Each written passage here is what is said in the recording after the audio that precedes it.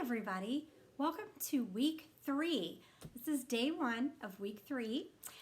It is Tuesday, April 28th, and this is going to be really quick. You guys have been doing a great job. Most of you have been keeping up on your work every day, sending me a quick little text or a or an email saying, hey, I'm checking in, getting your work done, and sending it back to me. I really appreciate that. It makes everything go a lot quicker if you do that part for me. So I'm going to go over what we need to do today. It's pretty quick.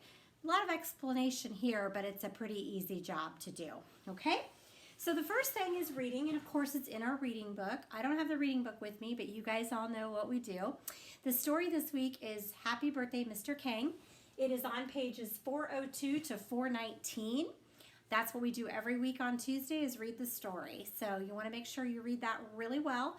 A couple of you had a couple scores on your on your AR. Remember, those are test grades. We want to make sure those are the best that we can do. So make sure you're getting that story read a couple times, okay, and reading it really carefully. So that's all today for reading. Super easy. For language arts, we're talking about antonyms. Of course, you guys know what antonyms are because we've talked about them several times this year. Antonyms are words that mean the opposite. Well, you know we always use our book and we always use those highlighted vocabulary words on Tuesday to do something with those vocab. Well, first of all, let me backtrack.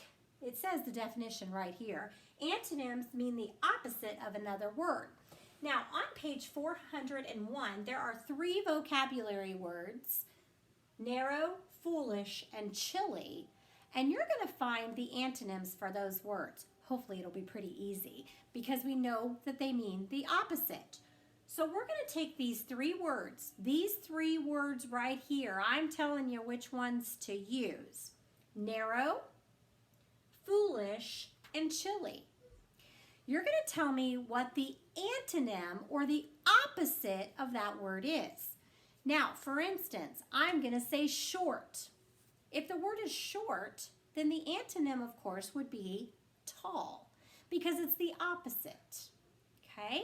So you're going to take these 3 vocabulary words and you're going to find the antonym for those 3 words.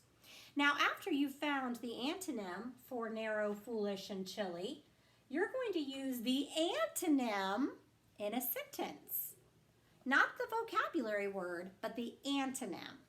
So I'm not going to use narrow. I'm going to use the antonym of narrow, the antonym of foolish, and the antonym of chilly in a sentence. 3 sentences. Pretty easy for my language arts today. Reading the story. It's a little bit lengthy today, and then I'm going to find 3 antonyms and write 3 sentences. Language arts is pretty easy. Then my last category, of course, is math. Math is IXL. Now, we're going to be talking about graphing this week and reading graphs and reading charts, and we've actually done that a little bit in reading when we talked about graphic sources in some of our nonfiction or informational texts. Well, this is for math. So we're going to use a little more math when we do this, but we're going to get a little practice with IXL first before we start doing a few worksheets with it.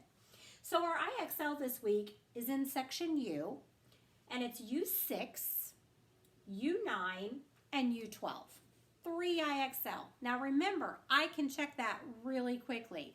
If you screenshot it and send it to me, that's super great and makes my life really easy. But if you don't, I can still go in and look and check really quickly. I can't really check that because that's just me knowing you got to do it. But you're going to have to send me 3 sentences with the antonyms for narrow, foolish, and chilly, and then you're going to do your IXL. If you don't send me a snapshot, it's okay. I can go in and check. But that's what you need to do for today. And of course, we always want to get to 80. If you want to go to 90 or 100, that's great. Even more practice for you. And this should take you about 20 minutes. This probably won't. So if this takes you a little longer, it's okay. Plus, you have a little extra time to get that reading story read really carefully, too. I'm really proud of you guys. It was beautiful yesterday on Monday. I spent almost all day outside working in my yard. I hope you got to enjoy some time outside, too. We'll probably try to squeeze a Zoom meeting in today just to kind of wave and say hi to everybody again since I didn't get to work pickup this week and see anybody. So if you have any questions, please send me an email or send me a question on Remind. Keep up the hard work. Please remember to check in and send me your work every day. Thanks, guys. See you tomorrow.